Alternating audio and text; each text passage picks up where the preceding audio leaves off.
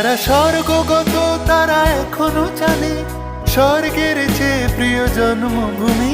এসো স্বদেশ ব্রতের মহাদীক্ষালুনি, সেই মৃত্যুঞ্জয়দের চরণ চুমি। যারা জীর্ণ জাতির বুকে জাগালো আশা, মন মলিন মুখে জোগালো ভাষা।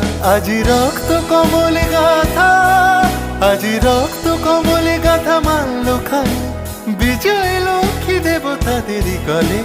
মুক্তির মন্দির শোকানো তলে কত প্রাণ হলো বলিদান।